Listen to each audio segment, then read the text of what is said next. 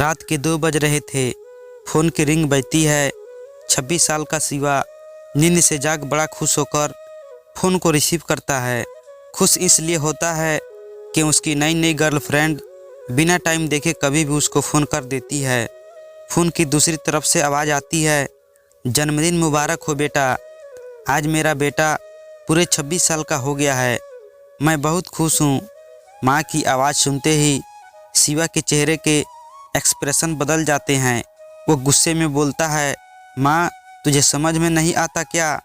इतनी सी बात के लिए मेरी नींद खराब कर दी। यह बात तो तू मुझे सुबह भी बोल सकती थी। इतना कहकर वह फ़ोन काट देता।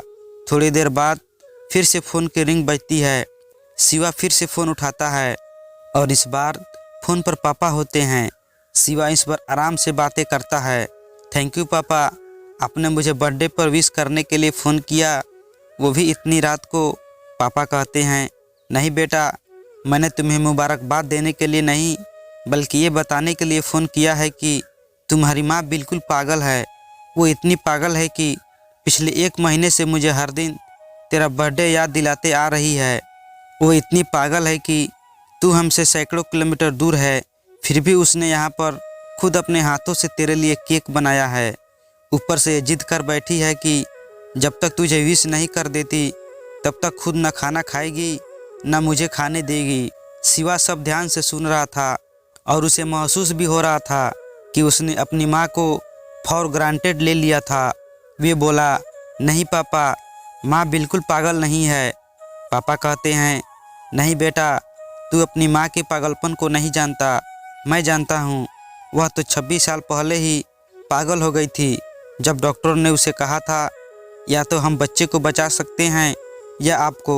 उसने बिना 1 सेकंड भी सोचे बच्चे को बचाने का फैसला ले लिया और मुझे भी कसम देकर उस फॉर्म पर साइन करने के लिए मना लिया था जिस पर लिखा था उसकी ज़िंदगी इस ऑपरेशन से खतरे में और अगर उसे कुछ होता है तो उसके जिम्मेदार डॉक्टर नहीं होंगे।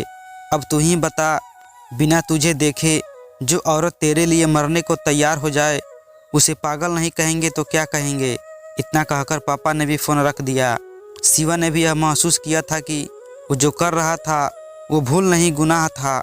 हाँ, एक बार किसी इंसान को दुख दे तो कोई बात नहीं, लेकिन भगवान को दुख देना गुनाह ही होता है और माँ भगवान से कम नहीं होती। पश्चाताप की आंसू उसकी आंखों से बह निकले। सवेरा होते ही शिवा अपने घर की ओर रवाना हो गया। अपने माँ बाप से माफ़ी मांगने के लिए घर पहुँचते ही उसने पहले माँ से माफ़ी मांगी जिसने उसे गले से लगा लिया। फिर वह अपने पापा से माफ़ी मांगने लगा। पापा ने कहा, कोई बात नहीं बेटा, तू वापस चला जा।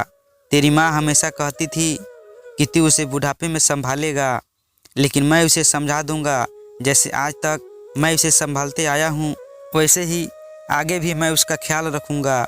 उसे भी यह समझ लेना चाहिए, जो बेटा उसके लिए एक फ़ोन करने से परेशान हो जाए वह उसे उम्र भर क्या संभालेगा। बाप की ऐसी कड़वी बातें सुन शिवा की आंखें बहने लगी। वो सर झुकाए अपने बाप के सामने चुपचाप खड़ा रहा। अपने बेटे को परेशान देख माँ आगे आती है और पापा को कहती है, जाने दीजिए, माफ़ कर दीजिए, हमारा ही बेटा है। माँ की ममता का मोल ना कोई लगा पाया था और ना कोई लगा पाएगा।